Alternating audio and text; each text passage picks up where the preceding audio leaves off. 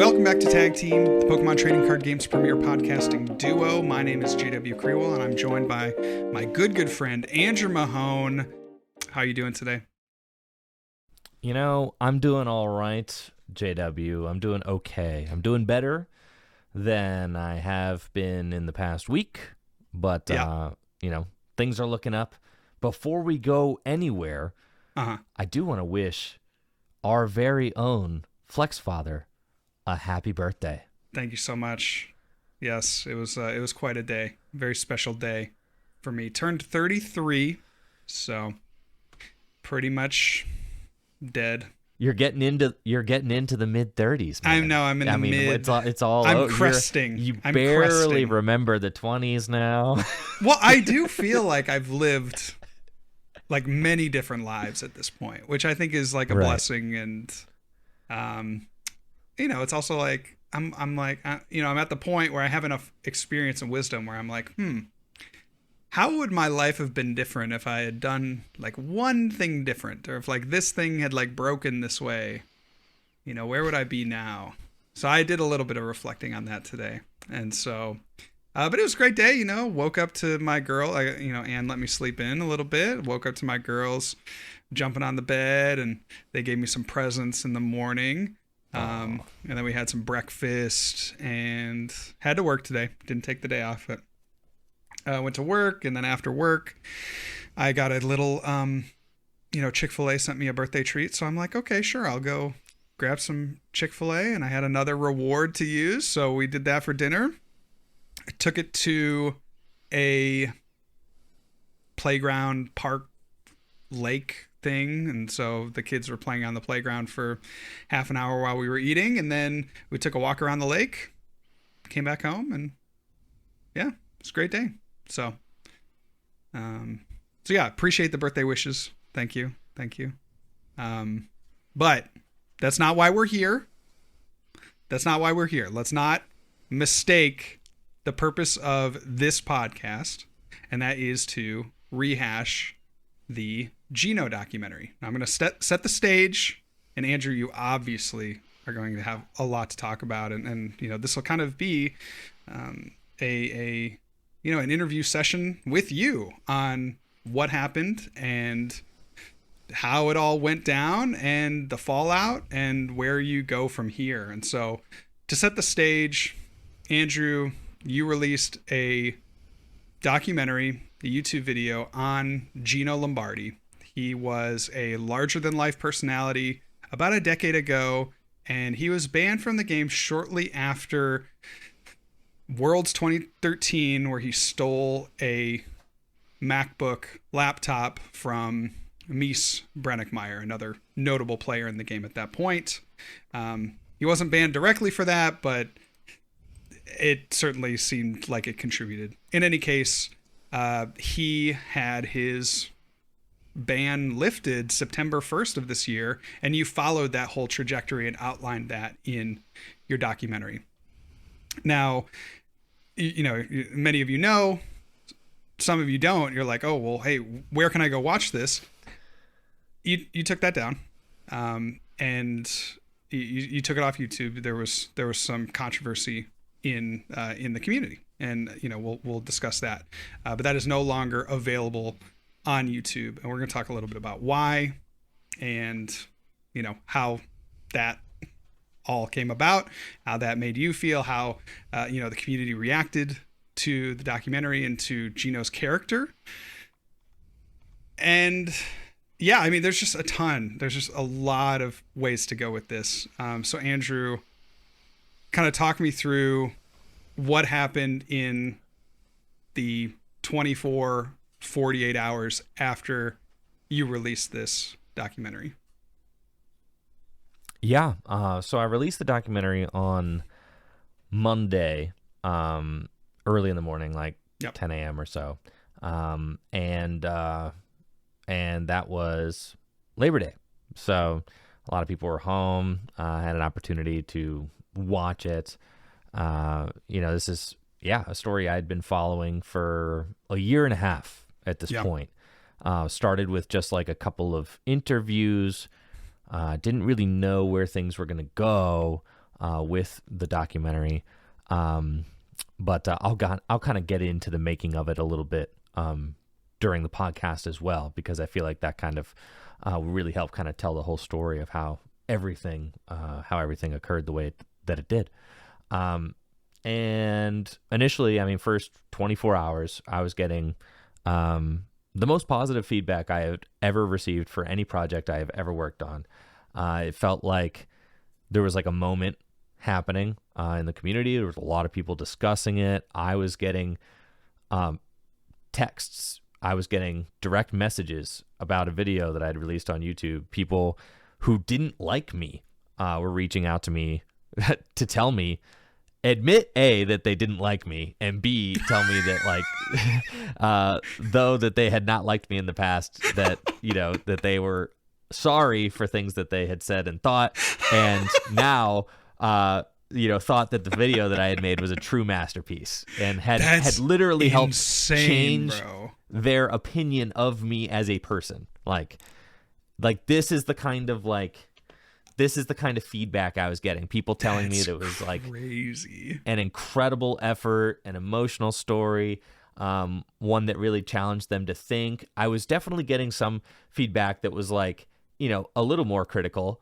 But like there was discussion happening, because if you're just, if it's just positive, then that's cool and all. But I mean, it was creating like actual discussion, like people were talking back and forth, and that kind of also helps to like drive engagement. So from a content creator's perspective, I felt like I had told an interesting story that was pertinent to the game, something that not only like enveloped some of the game's past, but it also talked about the game's present and future, which is one of the things that I think really helped make this video like a moment, because Gino Lombardi is the 2008 U.S. national champion, and he also finished third place at the World Championships in 2008. In 2013, he got ninth place, and multiple-time regional champion, multiple-time state champion, a very legendary figure as far as accomplishments go in the history of the game. And then you add, like, from a historical perspective, whether or not you like Gino, he is a historically relevant person to the history of the competitive game, of which I'm very invested in because I'm a competitive content creator, right? So the documentary had the history side of it, and I had the photos and everything to back it up. I'd reached out to people and gotten some really nice photos. I had some really great history that was kind of there in the early part of the documentary, which was really neat. It helped get people like invested. But then it also dealt with Gino Lombardi, his getting unbanned, right? Yeah. Because he was banned, and it kind of told the story of his banning 13 years ago, or 12 years ago. And then he's getting unbanned. Now, I didn't unban him. I didn't make that decision to unban him. Right. It just all kind of coincided around, the timeline kind of coincided around, exactly. This documentary. But during filming for this video that I was making, Gino gets unbanned. Yep. So then what does that say about the present of our game with a figure like this getting unbanned? What does this mean about the banning policies of the Pokemon Company International? What does this mean about the concept of an indefinite ban? Do indefinite bans exist in our game? Does TPCI always dole out second chances? So it kind of deals with this very present question about like the concept of banning in the Pokemon trading card game. The fact that Gino had been unbanned after 12 years. That is an extremely long ban for someone to come back from, right? And then you deal with the future questions, because that is also people wanted to know, like, how will Gino perform? A former national champion who's been through a lot, done a lot, and is now 12 years later in life going to be playing it again, playing the game again in a completely different space in his life now than he was 12 years ago. So it created this moment, and there were people talking about it. And as, a content creator, that's like kind of the dream, because the more engagement around your piece, and not just negative engagement. It's not like I was rage baiting or anything. Like, it's like I have like really genuine engagement with the content, which is something that I was really excited about.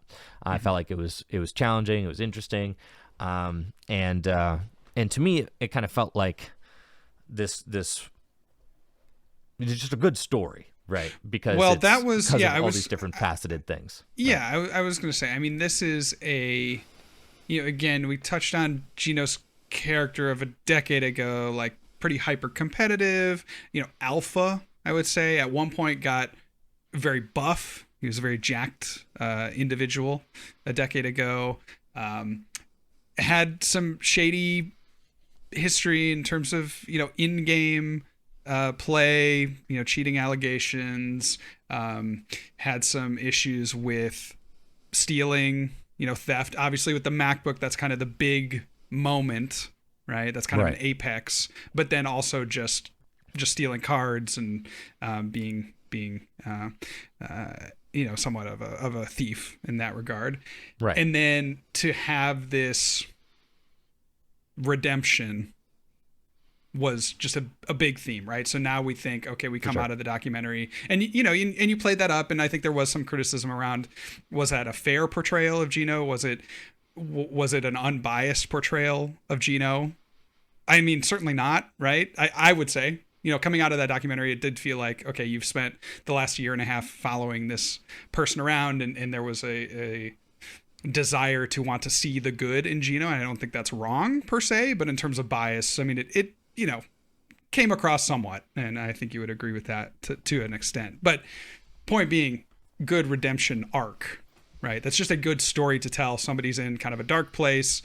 There was a religious component to this as well. Finds Jesus, comes out of this unbanned, a new person, ready to come back to the community. That's great. If it was a Disney story, it would end there, right? If it was a Disney story, that would be the end of it, and everyone would go on happy and content, and everything would be right in the world. But that's not where it ended. No, for sure. So like, I spend this first part really talking about the initial feedback that I got, so that I can kind of like accurately portray the, how the week went. Because that was Monday. That was Monday, right? And by 48 hours in, the video had amassed over 100,000 views, and it was like at 114 or something. And as I'm waking up on the second day, I guess like as I'm waking up, it would have been like Wednesday morning, I think. As I'm waking up Wednesday morning, I am hearing that that there's stuff going on Twitter about it. So I wake up and I see that Summer Plesko had tweeted out that the documentary was a very surface level documentary and didn't tell the whole truth about Gino, and that and she revealed a sexually explicit message, sexual harassment message, that Gino had messaged her when she was just 17 back in 2015. And he would have been 25 at that time, and she was 17. And Summer Plesko is a longtime player in the community, someone who has been just a longtime member of the community. I remember her from as far back as I've been playing the game. So then obviously, the fallout of this is absolutely massive. I mean, and it's gained a ton of attention. By the time I've even woken up, it's gained a ton of attention. And now the whole kind of like, conversation around the documentary is now about, how has Gino, been as far as his relation to women and his relation to underage women. Right.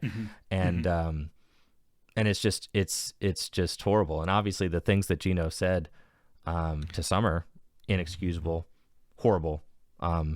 Like there's no justifying it. I mean, it's just horrible. And and so there's criticism of me, and the documentary, because I had given an opportunity to, I had given a platform, and I had told a story, of somebody who had done such hurtful things to people in the past, without acknowledging those things that he had done, and kind of like sidestepping them. Well, not sidestepping, because in order to sidestep something, you have to know it's there. So, and that was something that I was kind of dealing with. It was like, I didn't know. I mean, I just didn't know. I mean, this was in a private message sent a decade ago. I don't have private investigators. I mean, like, I'm just a single person. I'm just trying to tell a story that was like in front of me. So obviously, I am kind of like, wow, well, like, what do I do? I just spent a year and a half, thousands of dollars, months of my own life trying to tell this story that I felt like was a powerful story, but there's more to the story that I didn't know. And so I'm kind of reckoning with that on Wednesday morning. Like, what does this mean now? Like, what do I do? And then, Gino comes out, he's like crashing out on social media. He's not apologizing. Yes. He's like being accusatory. It's just all bad. That's a big element to this too, I think. I mean, there's no defense for that kind of engagement, especially with a minor, from Gino to Summer. There's no defense for that.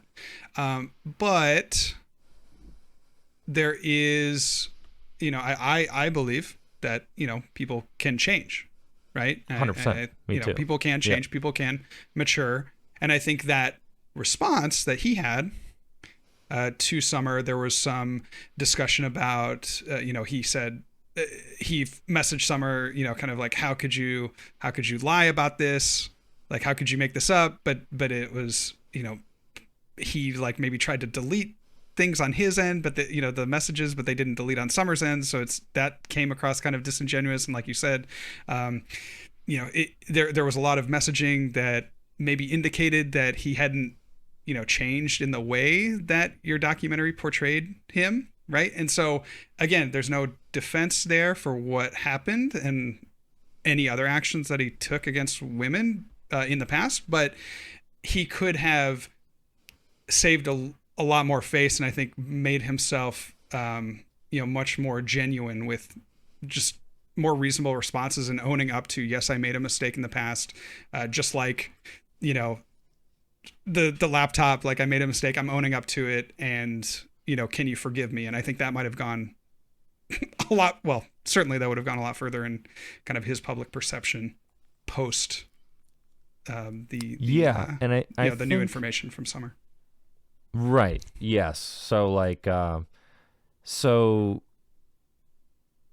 his response was horrible. Showed that, kind of, and showed a lot of, kind of character, like how much accountability is this guy taking? At the end, he took accountability. At the end of the documentary, he took accountability for the laptop. Yeah. But there are lots of other things that it seems like Gino maybe wasn't ready to take accountability for. And obviously, like, your life and the game and everything is much bigger than just a laptop, right? So I ended up taking the documentary down because I was not, comfortable with the story of the documentary kind of ending the way it did, with the new revelations that I had found out about Gino's character. And people were calling for me to take it down, for sure. And I didn't want to cause any more hurt to anyone, right?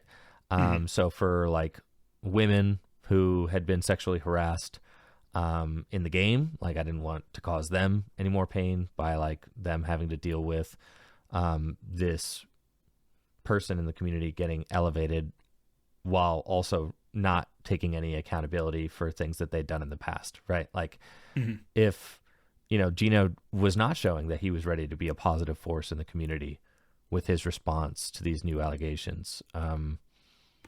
So like that became an issue, and the, and so, yeah, so I just decided to take it down. I didn't dwell on it or think about it.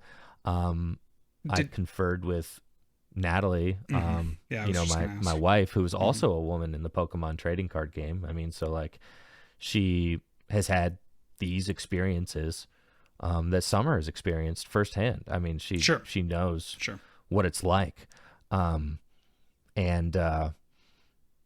so then, yeah, she was going to always be my closest confidant when it came to like making the decision. We talked about it like briefly, and, within hours of kind of finding out about it, took the documentary down, just straight up. Something that I'd spent a year and a half of my life working on, thousands of dollars, I mean, thousands of miles driven, flights paid for, months of my life working on, in just like an instant, it just was down, right? And then I kind of like put out a statement on Twitter and was like, I really poured my soul into this, and like I was really proud of the work that I'd done on it, and was excited to share this bit of Pokemon history and like the kind of story and the lore with the community. And I decided that like leaving the documentary up was not the best way to like reconcile everything and move forward, so I just took it down. And that was the statement. And then after I did that, I also made sure to message Summer. So like I commented on Summer's post, obviously made it very clear this behavior is absolutely unacceptable in the community. Horrible. I'm sorry this happened, and then I made a point to directly message Summer, because I didn't want anything to be like performative. Like I'm not like, I just want to make sure that everybody's okay. And I felt like the thing that I could do to help make sure that everybody would be okay would be to just like take the doc down. So like that was like my biggest responsibility. I want to make sure I did that, put out a statement, and then like just message Summer, make sure she's okay. Talk to her about it. Because Summer and I, we know each other. I mean, when you've been in the game this long, we actually have a mutual friend in Frank Persick. So that's how, that's how we ended up, I mean, we hung out at her house like 2 years ago. Oh, for sure. And not at her house, at Frank's house 2 years ago. So, I'd kind of, just gotten to know Summer a little better recently. I mean, cause like I did hang out with her at Frank's house a couple years ago, but still we don't know each other that well. So just like kind of reached out and was like, just the olive branch, making sure, just checking like, in, hey, making sure everything's okay. Yeah. Really sorry for like, drudging up all these, bad memories, and, and for making that like, a focus in your life where it didn't need to be one. And, I'm sorry, for drudging that up, and like, kind of just extended that olive branch there. Yeah. I think one of the biggest things in regards to the backlash that I saw on social media, especially directed at you, that made me kind of sick, because again, I know how much work you had put in. We had been teasing this for a while on the cast, and the three of us, you, me, and Riley, kind of came up with this idea, like, wouldn't it be kind of fun to like do this? And then you actually really just ran with it, and it was very cool. It turned out, to be something much bigger than I expected. But one of the things that made me a little bit sick to read in terms of the response to the messages Summer received from Gino and that being revealed, there was almost like a bit of victim blaming to you, right? Where it's like, how could Andrew not have known? Or how could Andrew not have done his due diligence? How could Andrew, not have asked around to more people? And how did this not come up, right? To make a more, I don't know, honest portrayal of Gino, or to, find out, more shady things about his past and present that. How do you feel about those comments? Because I'm sure you read those as well. Do you feel like that's fair to you? I saw those. Of course, I don't feel like it's fair, but I understand it. I understand it because I think if you as a viewer back home, you watch this piece that's so like kind of detailed, and there's so many people that had been interviewed in so many different places I went to get comments. It's like, oh, well, sure. Like, it's almost like flattering. Like, you think that highly of me, that I have unlimited power. Like, you think that I knew everything. You think that I have unlimited resources to find everything out. Like, in a way, it's almost flattering. Like, I'm flattered that you think that I'm that capable, but like, I mean, I'm only human. I did my best with the resources that I have and the time that I had to tell the story that I saw unfolding directly in front of me. And I feel like that's kind of like, the thing is every time I saw a comment like that, I'd see 100 more that were like expressing remorse, that like, that this has kind of been the end result of this moment, with the documentary being released, and that like, actually, no, this guy who had made to be looked to maybe having like a redemptive arc in his life is like, the story doesn't end there, and it's actually going to be like a messier road ahead. Gino is rebanned, actually. So he was unbanned September 1st, the same day the documentary came out, and then like got rebanned on September 4th. So I think that might be like the kind of shortest unban to reban, maybe world record there. But yes, so like, support tickets have been submitted. Like, Gino's no longer going to be a part of the community again. So like that, that's now part of the story as well. Like, and I didn't have a crystal ball. I was not going to know any of that, dude. Like, all I know is that, so almost, it's very funny because like, in a way, I kind of see it as like, okay, I took a little bit of a chance on Gino making this documentary. Pokemon took a little bit of a chance on Gino too, unbanning him. And it just so happened that like Pokemon decided to take a chance on Gino at the same exact time Tricky Jim was also deciding to take a chance on Gino, and it blew up in both of our faces, and we both had to undo the thing, right? And so like, in a way, it was funny because like it cost Pokemon nothing to unban and then reban Gino. It cost me a lot to like follow the story. So like, Pokemon's recklessness almost in unbanning him made my life worse because I mean, like, really, because like, I was just following the story that was unveiling. I was following the story that was like unfolding. Right.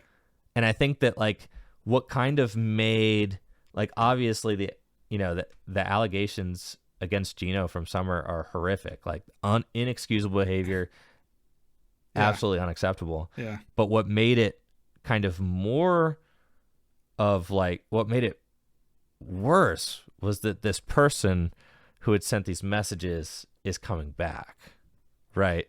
So it wasn't just like this person had done this hurt and had sent these messages. It's this person that had done this hurt and sent these messages and is not apologizing for them, is coming back. Right. So like, that is like, no wonder it was blowing up on social media, because it's not just this story about the past anymore.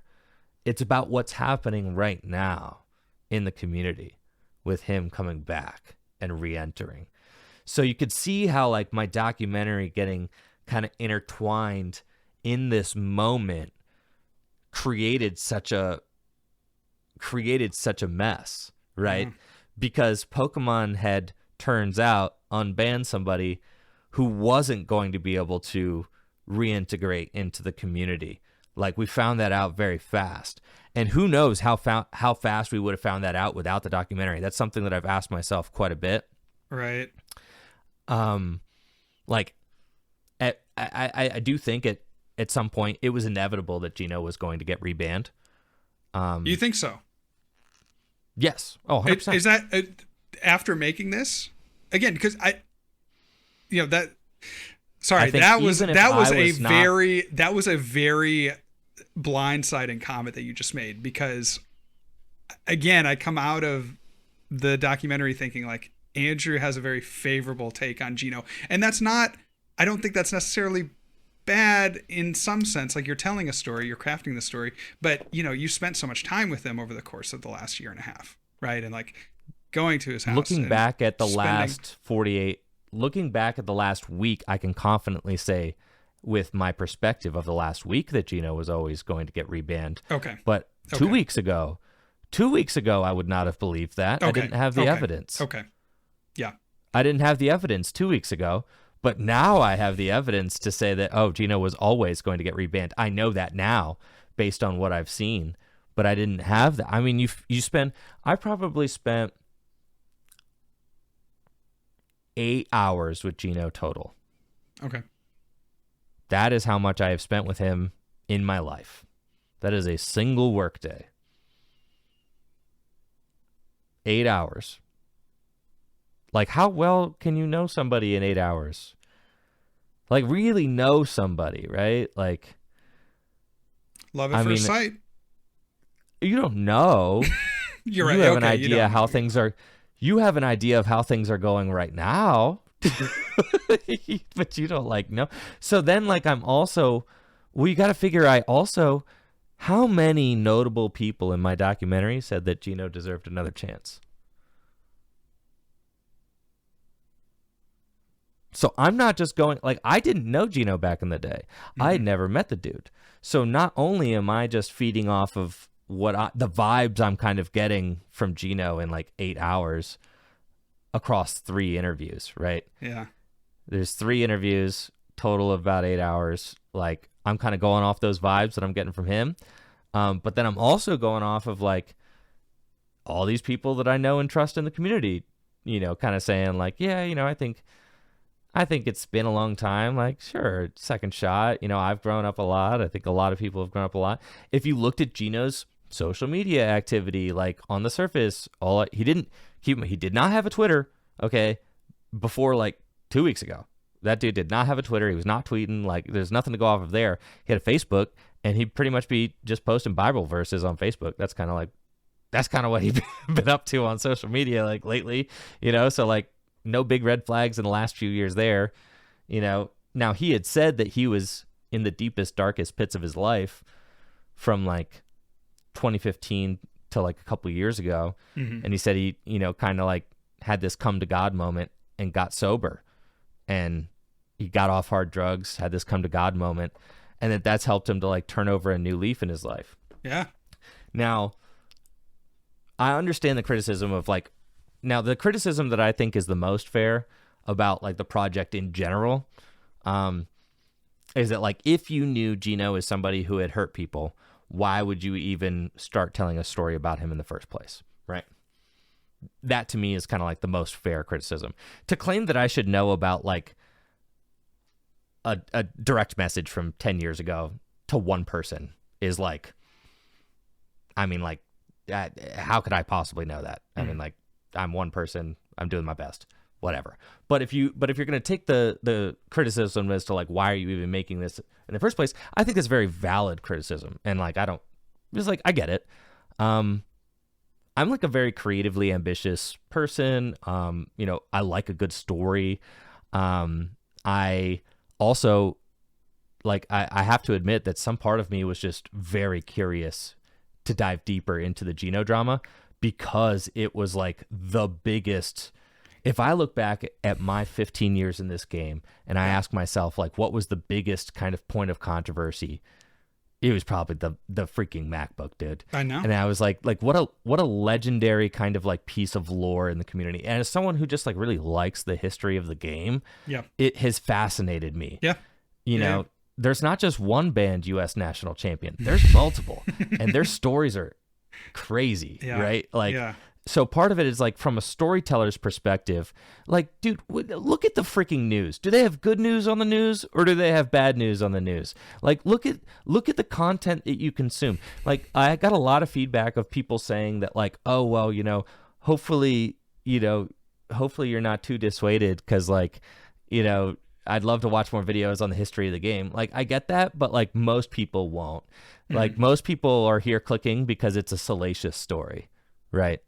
There's drama involved. Yeah. Like, there's real kind of like tension. It's not just the history of the game. There's real tension. You've got people who stole from each other, like confronting each other. It's good TV, right? It's just good TV. You've got like, there's actual crap going down, dude. Like, stuff happened and not good stuff. Like, like not good stuff, bro. It's like Jerry Springer, right? Like, it's like, holy crap,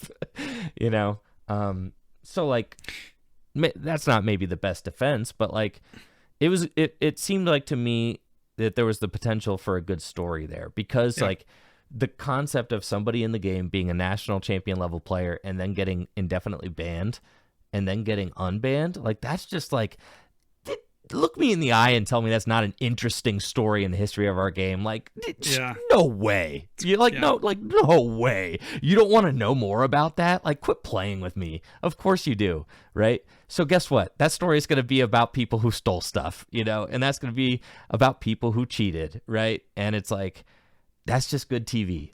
It is what it is, right? And I do plenty of good, wholesome content too. But like, for this project in my life, I was trying to make good TV. Like, I was trying to, tell a interesting story about the history of our game that had like real human qualities, right? That's what I was like trying to do. And if I'm being honest, like at the beginning, and I think that this kind of is going to really help kind of paint a picture of where I was coming from when I set out on the project, like, I just didn't know where it was going to go. I think at first, conceptually, as deep as the project was conceptually when I first started, was like, can we get Mies and Gino in a room together to battle?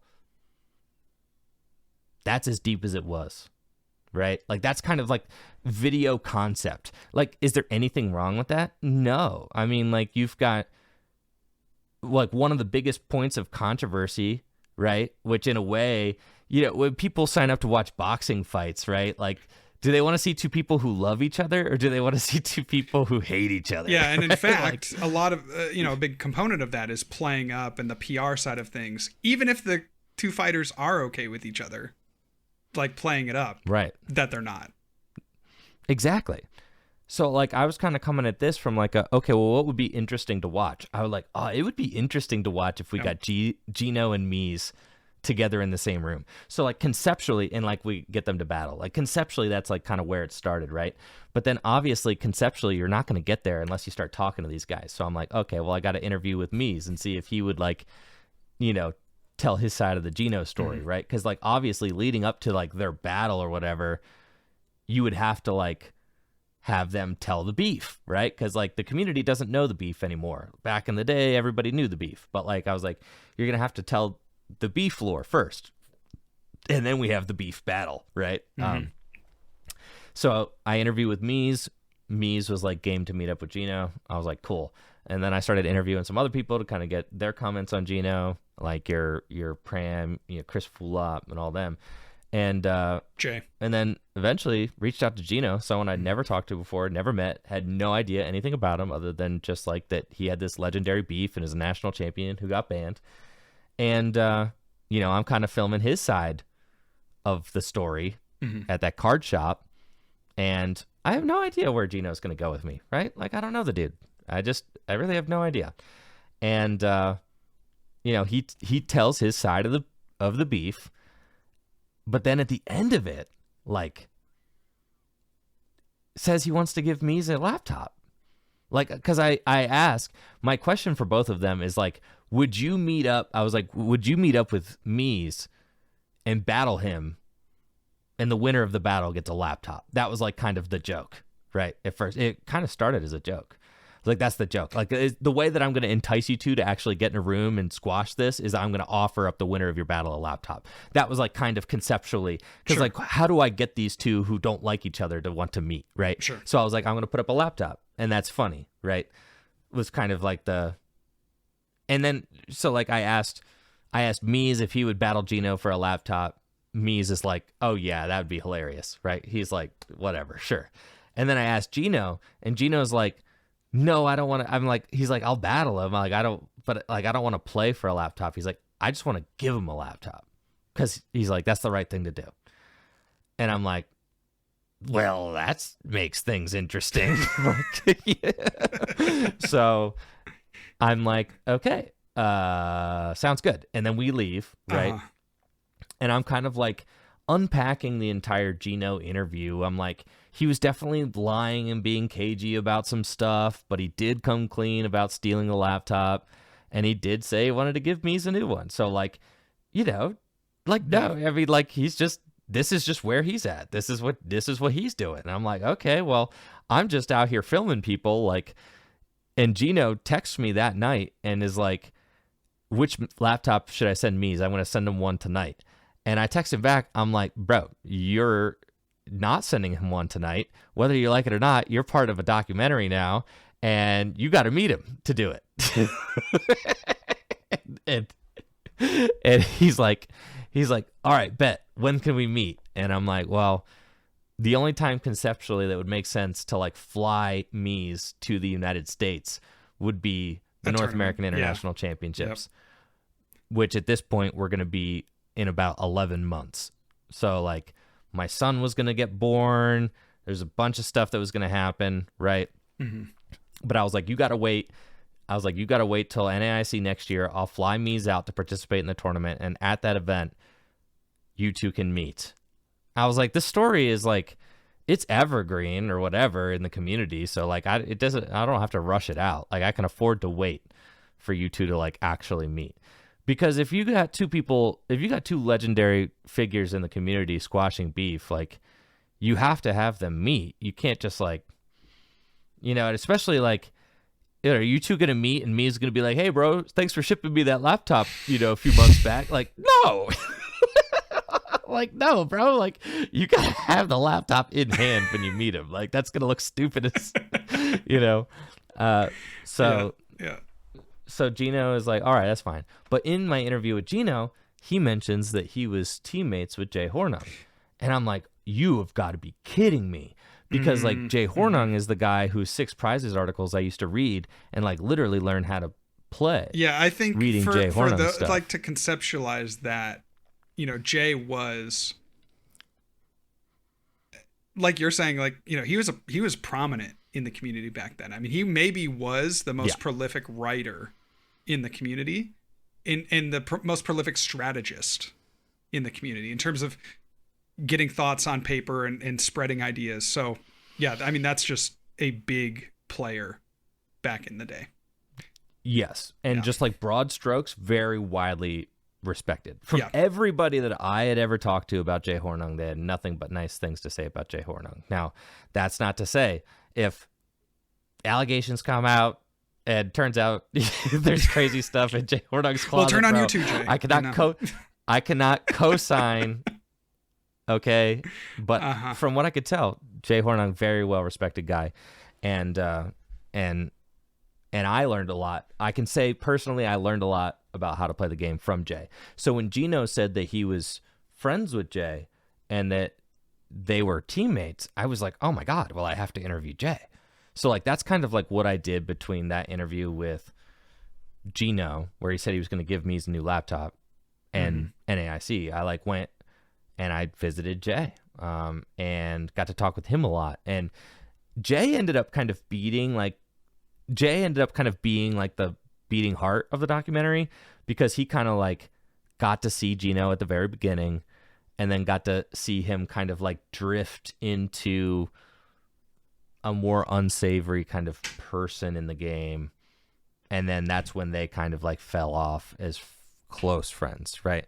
Is like, so you kind of had Gino there at the very beginning, when you had Jay there at the very beginning, when Gino was at like the height of his game, and making like the best placements of his career, Jay was right there. I mean, like front row seat to watch it happen. So like getting that, like historically speaking, getting Jay to be part of the documentary was like next level, because he was a very well-respected member of the community who had a front row seat to Gino's, like, you know, early dominance in the game. Yeah. So like that was kind of like a nuts interview to get, perspective wise, because I felt like I can trust like Jay's perspective on the game, because when you're talking about the history of the game, there's so few people of, you know, to pull from, you know, who have those results and like that good of credibility. I mean, like, yeah. So like, so it was great to have that interview for him, but admittedly from Jay, I mean, like he and Gino kind of drifted apart like 2010, 2011, 2012, you know, as Gino started to kind of, as, you know, Gino started to get closer to his band date, you know, he and Jay fell apart. So, I end up, you know, going to NAIC. All I know at the, okay. There's this one more thing that happens in the spring. So like I have planned with Gino and Mies, we're going to meet up at NAIC. You're going to squash the laptop beef, right? I'm paying for Mies' travel to NAIC. Gino is doing it on his own accord.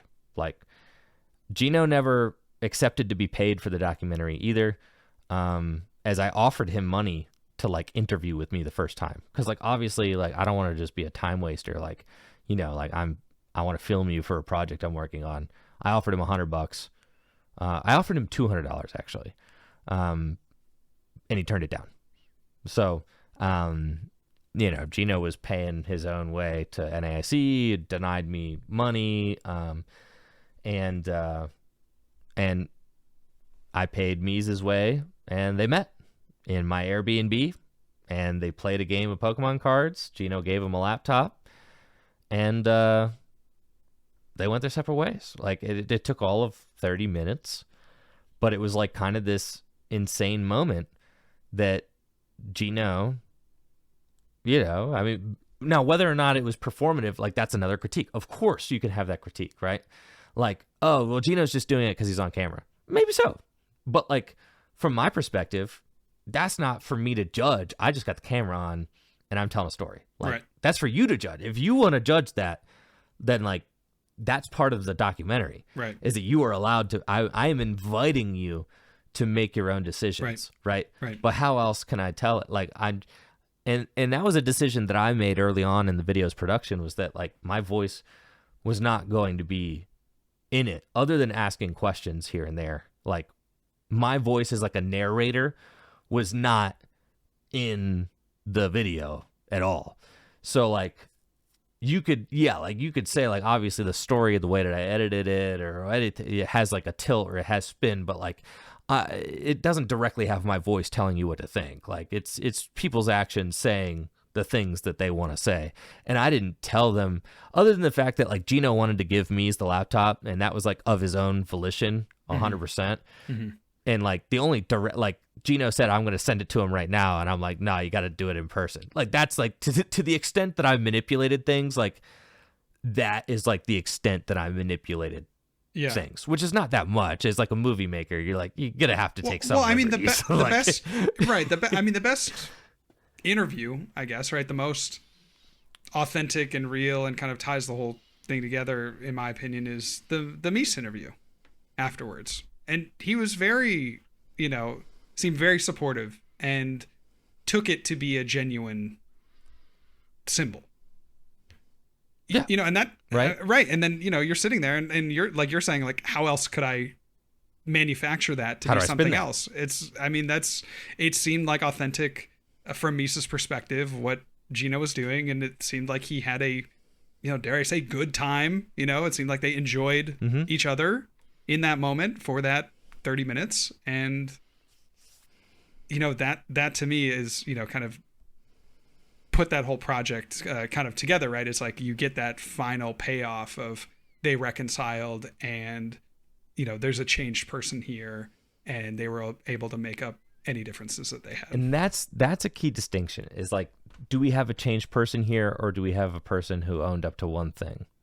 or do we have a person who is maybe trying to change or thinks that they want to try and change, right? Like, and that's kind of like the kind of thing that I think is really interesting about it. As we kind of get into the very end here. So like the other key thing was that Gino got unbanned leading up to NAIC. Yeah. So taking things from my perspective, right? You can say the documentary has like a very positive like spin on Gino. My argument would be that life had a very positive spin on Gino in the last 18 months. Gino has been maybe having some of the best 18 months that he's had in a long time. His social media feed did not seem like it was like really that bizarre. There wasn't like a lot of crazy stuff being posted on it. Stuff that I would have considered like disqualifying from making a video about, you know what I mean? Like it's not that I did zero vetting. I did vetting. There's people who I won't make videos on because I know too much. Like I know that you've got these skeletons. We're not going there, you know, that kind of stuff. Like, so if I had seen anything disqualifying from Gino and like the amount of investigation that I've done, now you can argue that like I needed more, but I'm just one person and I have like limited means and I'm just doing my best, right? Like I talked to a lot of people, like no one said anything to the magnitude of the summer revelation, right? Like no, I had no idea, right? And a lot of people that I talked to said that they thought that Gino deserved a second chance, which, mind you, from like an independent reporter here, the Pokemon Company agreed with, okay? Like, put yourself in my shoes.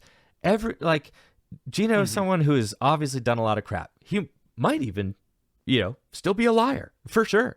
I mean, like, in his interview, it's like, there's some things that Gino says, and he's, like, smirking, and you're like, that dude's lying through his teeth.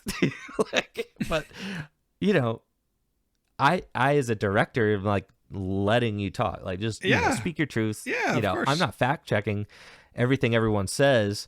I'm because at a certain point, history is a made up of a collection of stories, right? So like I'm gonna let you tell your side. I'm gonna let you tell your side. I'm not gonna like flash up the truth that I think is the truth on the screen, you know, every time someone says something that contradicts with something that somebody else says.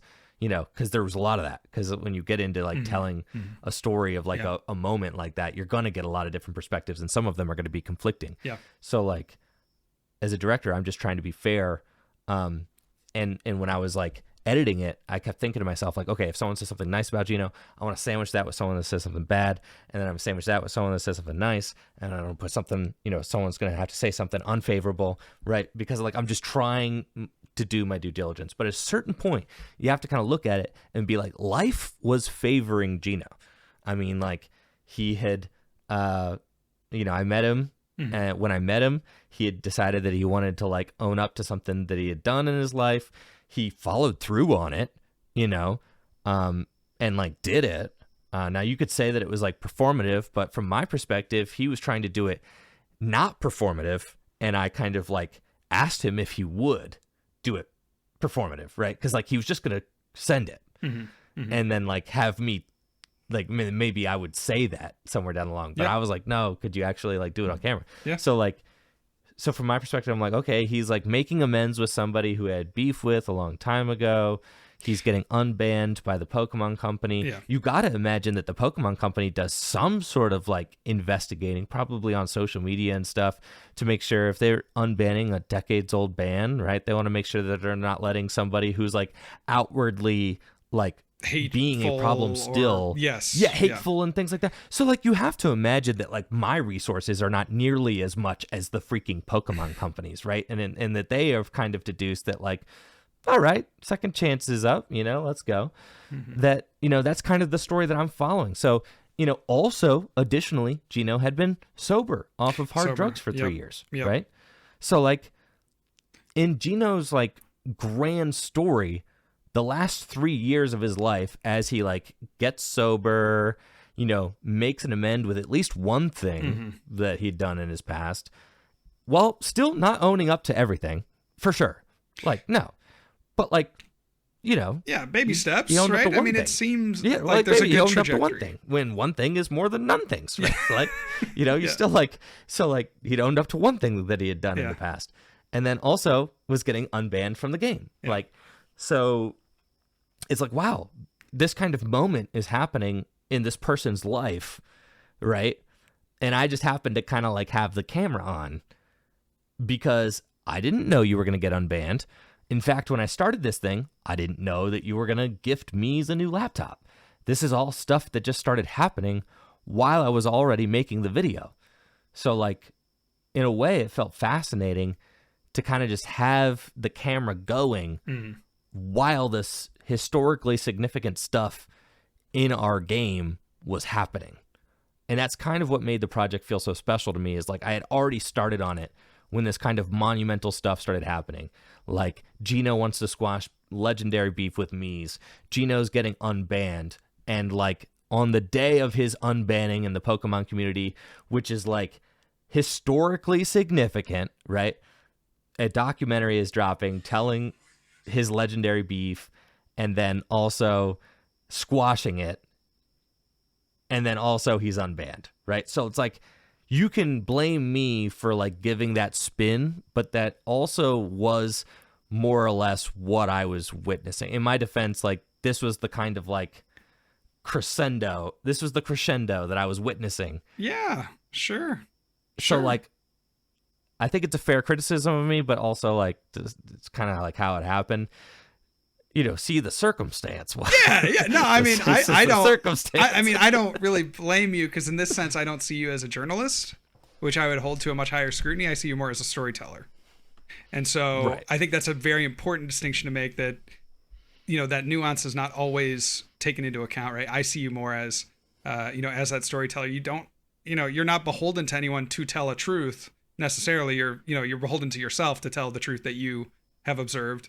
And whether or not that includes, kind of differing perspectives or whatever, the final result is going to be something that you perceive to be happening, versus a journalist who maybe has to have, a bit more of that unbiased take. So yeah, I don't personally like fault you for that. That's a criticism certainly that some people made, but I there's a distinction there in my mind.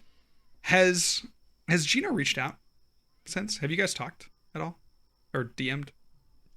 Yeah, I mean, I've on the day that I took the doc down, I mean, obviously I'm kind of like, I mean, there's a lot going on. I am not like Gino's friend. I don't know him like that, I am not Gino's PR manager, that's for dang sure. But as someone who like I had worked closely, worked closely with for about 8 hours, and then also someone who I had talked with, like over text and Facebook Messenger and stuff, for like a year. And for someone who was so closely knit into the fabric of the project that I had been working on for such a long time, it was like, we have to talk about this. And I told him that there's absolutely no excuse for the things he said to Summer. He just has to apologize.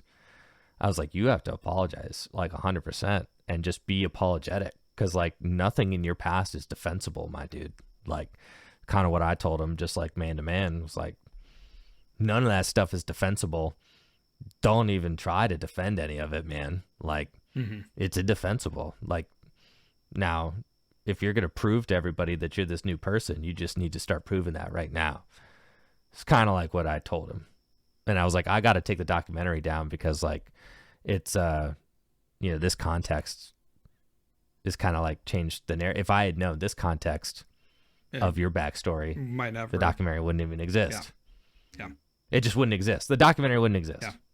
Yeah. Because like I wouldn't have ever started asking those questions. Yeah. I mean, I just would have let it die. Yeah, we should be very vigilant against any sort of pedophilic behavior in this community. We should be very on guard against any sort of improper treatment of women and minorities. I think that's, to continue to evolve as a community, we need to be very steadfast in responses. And so I mean, I really respect you for taking it down, and then, being that that voice to Gino, because I think there still is redemption there. It doesn't have to occur within the context of Pokemon or in the context of Pokemon trading cards. Clearly he's still a person. Clearly that needs to be handled internally, right? Then he needs to take care of some more demons and handle some more issues. But I do still believe that there's good in everyone. And so, I just respect. Part of being a Christian, for me is that I don't believe that anybody is beyond redemption. Yeah. That's just what it is. God's love does not withhold itself from anybody. There's always the opportunity there for people to be redeemed. Yeah. And so as a person of faith, you do have to, we're called to love everybody, right? Now that doesn't mean giving someone a platform or, letting someone participate in a game, or anything like that. You still have to love people even while acknowledging that can't be a part of this community though is the thing. So, that was that was something that it's Gino, got to take the doc down, you got to just say you're sorry. And frankly, I wouldn't be out here talking on Twitter. It's what I'm deleting all my social media. I'm saying my piece, and then I'm going to let, at this point, it's the women are having a moment. Just let their voices be amplified, right? I don't have anything to add to the conversation as a white cis dude, you know what I mean? Just I'm gonna let the women talk here, and hopefully empower them. I felt the best way that I could empower women in this moment was to take my documentary down, because it was causing pain. I didn't realize that was going to be a thing when I made it. If I had, I wouldn't have made it. So that's just kind of the situation. And then yeah. And then for me, it's been a really hard week creatively, for sure. To have something that you've kind of spent that much time, effort, and thought and money and soaked so much of yourself into, to have it just kind of self-destruct. Couldn't have gone worse, I would say. Couldn't have gone worse. Well, okay, it could have been. People could have told me that the video was horrible, and then it all. Okay, fair enough. But no, you did have were telling 24 me the video hours. was very well made. And actually, for 24 hours, it was people were "This is the best dang video," and it's because if things were, if things were different, it kind of was the best story, right? You can kind of imagine. Yeah. You could kind of imagine a reality where maybe it does end up being legit, but that's not the reality. That's not the timeline we're living in. Tell me, Andrew. I mean, this is with all the hopes and dreams and how it performed. We were saying over 100,000 views within 2 days. Where do you think it ends up? Oh, I think this is going to be my first video to ever get 1 million views. I do think that. You think so? Yeah. I do. Yeah. I think low end sputters out at 500K. But I think it could have gone to 1 million. But it's not really. And the reason why is because it was I had good execution combined with a compelling and interesting story about a topic that people like, Pokemon cards, right? But then also the execution was good. I never talked about the Pokemon cards. That's what made it so watchable. People were saying that they were watching it with their girlfriends and with their significant others and their partners, right? Their parents. You didn't have to know what the Pokemon cards did in order to watch it. That's what made it of course. a success, yeah. right? Is that it was a story about people.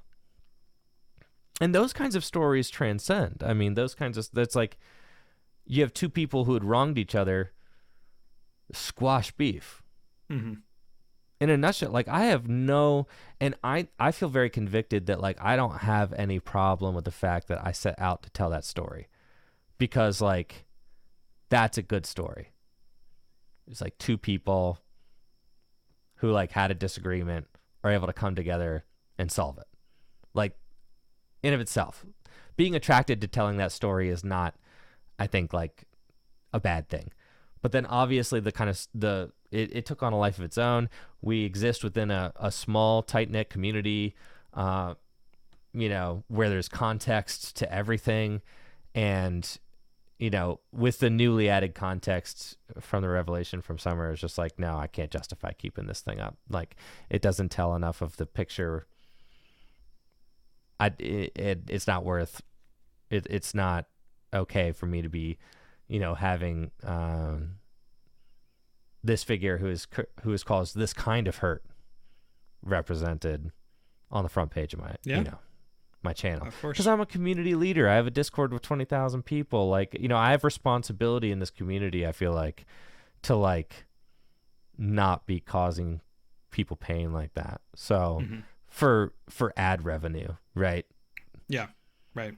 Like, did you ever think about that? Did you ever think about alternatives there? I don't want to, necessarily put you on the spot. I'm sure you had, though, of, like, keeping it up, but not taking any ad revenue off of it, keeping it up and donating all the proceeds, taking it down, but modifying the content in some way. Did you ever have those thoughts? And of course, you have to kind of, like, have those thoughts, because, like, even if I didn't have them, people were suggesting them. Lots of people were saying, like, oh, just, like, put an addendum on it, or don't take it down, or whatever. But that's not really how I operate. Like, for me, it's like, it's not right. It's coming down. Is kind of, like, just where it ends. Like, I'm not going to try and, like, I want the statement to be very clear, like, had I known this, wouldn't have done it, just kind of what it is. I'm not trying to, like, save, like, scraps of my work for, like, what? For what, right? Like, Well, if I keep, I mean, the ad revenue, like, what? If I get, like, a couple million view video or whatever, like, that's some thousands of dollars, but, like, it doesn't matter in the grand scheme of things. Like, could I use a couple $1,000s right now? Absolutely. I probably spent, $3,000 on this video. Like, I'm freaking a broke show right now, but, like, like, it's not worth it. It's not worth it, because I care more about my integrity, my, my goodwill that I've earned with the community and my time serving it as a content creator. Artistically, it hurts really, really, really badly to, like, invest so much of yourself into something and then watch it explode, like, just combust in front of you. Well, and then and to be so confident in it too. I mean, you were confident in it. Like, you were like, this is the pinnacle video, right? Best video I'll ever make. Yep. Best video I'll ever make. Well, like, with the resources that I have and, like, the stories that I have to tell about the game's past or whatever, it's just like, everything was kind of coming together in a way that I was like, I'll never be able to replicate this kind of, like, craziness, and catch it on camera. I'll probably, in the Pokemon TCG, probably never again. No. Like, I was like, there's too many things that are just happening serendipitously. Like, kind of, I wasn't even going to interview Rahul at first, and then I played against him at Nats. And then I played against him, and I was like, hey, bro, you're kind of like at the center of this thing that I'm doing. You want to like give your perspective? I think it'd be hugely impactful if you did. And he was like, yeah. And, you know, he was down to play ball. So like, that was awesome. I mean, that was huge, but it was also serendipitous. Everything that happened with it was serendipitous. Things just kept falling together. And it was like, wow, what a crazy thing. So like, I kind of threw my shoulders behind it. And I was like, we're going to just go for it, you know, and I'm going to put as much effort into editing this as I can. I'm going to try and just do the best job that I can, and we're going to see how it goes. And it was doing great. It was probably going to be my most popular video I've ever released on YouTube. And I've never released a video on YouTube where people were sending me messages congratulating me on how much even they your liked it. haters. Even your people haters who admittedly did not like me very much. Yes. Yeah. So that was nice. It was really nice to get positive feedback on the video, and I'm really happy that people enjoyed it. But yeah, you know, I feel for the women in this game. I feel for Summer. You know, like, you know, I'm sorry for any amount of pain or hurt that I caused. Like, I hope it's evident from the work that I've done in this game over the last, you know, 8 years more, because I used to write articles, like, that's just not my intention, and that I just really am passionate about the game, and am creatively ambitious, and yeah, so I think that the best thing that I could just do is just take I feel like taking the documentary down is just like the best thing that I can do in the situation that I'm in. Mm-hmm. And then, you know, just make sure that the voices of women in this game are being lifted up, right? It's like kind of all we can do, right? 100%. Well, I think that's about as good as we can leave it. Any final thoughts? Anything that we didn't cover that you want to make sure you say here? Yeah. I would say, yeah, you know, for like, I was having a bad week last week. I mean, I deleted all social media off my phone, just like kind of focusing on my family, focusing on my loved ones, focusing on just taking care of myself. But like creatively, like I have never felt so defeated in my life. You know, the closest point of comparison I feel like that I had is like a breakup, like a really nasty breakup. Like, because in a breakup, you invest a lot of yourself into a person, mm-hmm. and then it fails, right? So you're like mourning the right. lost time and effort. Yeah, it feels like a waste. Yeah. Feels like, you know, you invested so mm-hmm. much and it didn't work out. Yeah, there's a lot of loss there. There is. So like that's kind of the closest point of comparison that I had with it. But then also like from a creative perspective, it kind of hurt too, because I was like, dang, dude, this sucks. You know, it just it feels that way. But you know, I'm kind of like leaning on the fact that as an artist and a creative person, it's about the process, right? It's not about the numbers. It's not about the ad revenue. It's not about any of that. It's about the process, and I do feel very artistically fulfilled from the video that I made. I feel like creatively, I did achieve kind of like a new high for myself. And for sure, through the process of making it, I definitely have learned a lot, and I'm confident that whatever project I embark on next will be better than this one. You know, I definitely had a thought while I was making the Gino doc that like, this is going to be the best video that I ever make. I can never top it. And that's because I had invested so much of myself into it.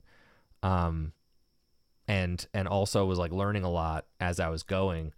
but now I've learned all of that, and it's like, and that never goes away. All the things that I improved at over my time making it, all of, the technical things I got better at, my storytelling ability, all that is still better than it was a year and a half ago.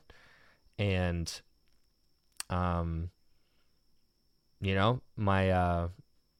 my hope is to continue to use that passion and ability to tell meaningful stories and provide commentary for this community that I love very much and hold very dearly. So I'm just going to pick up and start working on the next thing, and we'll see how it goes. Absolutely. I'm sure there will be more. I'm sure there will be more. I'm sure there will be something better, something bigger, something. I don't know what that is. Sure, you're still trying to figure that out as well. But yeah, I got a next video. What's I that? got the next doc, dude. I already know what the next doc is going to be. Okay. Yeah. The rise and fall of JW Kriewall. No. I'm not stupid enough to make a documentary about a single person anymore, dude.